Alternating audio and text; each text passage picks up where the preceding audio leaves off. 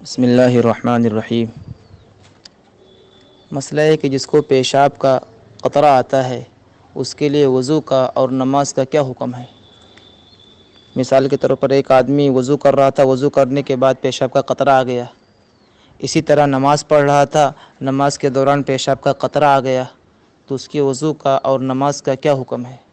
تو اس کا جواب یہ ہے کہ اگر آدمی کو پیشاب کا قطرہ اتنا آتا ہے کہ اس کو اتنا ٹائم نہیں ملتا کہ وضو کرنے کے بعد 4 رکعت نماز پڑھ لے، یعنی مسلسل پیشاب کا قطرہ آتا ہے جسے سلسلہ بول کہتے ہیں، تو آدمی شریعت کی نگاہ میں معذور ہے۔ اس کے لیے حکم یہ ہے کہ وہ آدمی جیسے ہی نماز کا وقت داخل ہو، مثال کے طور پر ظہر کا وقت داخل ہوا تو وضو کرے، اور وضو کرنے کے بعد ظہر کے وقت میں جتنا چاہے نماز، نوافل، سنت، مستحب، فرائض پڑھے، کلام پاک کی تلاوت کرے۔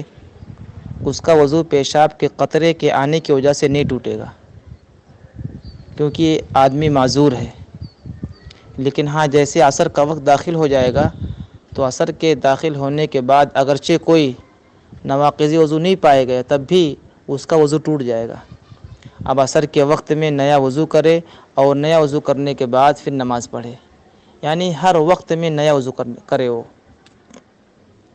لیکن ایک آدمی معذور نہیں ہے، یعنی پیشاب کا قطرہ مسلسل نہیں آ رہا ہے، یہ کبھی کبھی آتا ہے، مسلسل پیشاب کا قطرہ نہیں آتا، کبھی کبھار پیشاب کا قطرہ آتا ہے، یا وقفے ٹائم سے آتا ہے، 15 منٹ 20 منٹ بعد قطرے آتے ہیں۔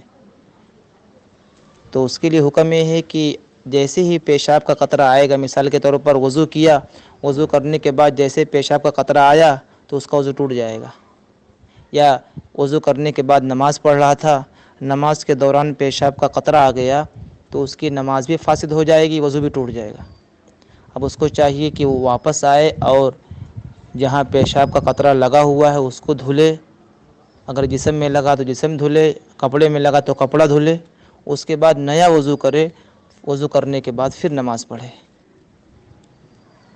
بعض لوگ سمجھتے ہیں کہ پیشاب کے قطرے کے آنے کی وجہ سے آدمی ناپاک ہو جاتا ہے، تو آدمی ناپاک نہیں ہوتا، بلکہ پیشاب جہاں لگا ہوا ہے وہ جگہ ناپاک ہو جاتی ہے۔ اگر کپڑے میں لگا ہے تو کپڑا ناپاک ہو گیا، اگر جسم میں لگا تو جسم ناپاک ہو گیا۔ اب اس کو دھلنے کے بعد آدمی نیا وضو کرنے کے بعد نماز پڑھ سکتا ہے، اس سے آدمی ناپاک نہیں ہوا ہے۔ بسم اللہ الرحمن الرحیم۔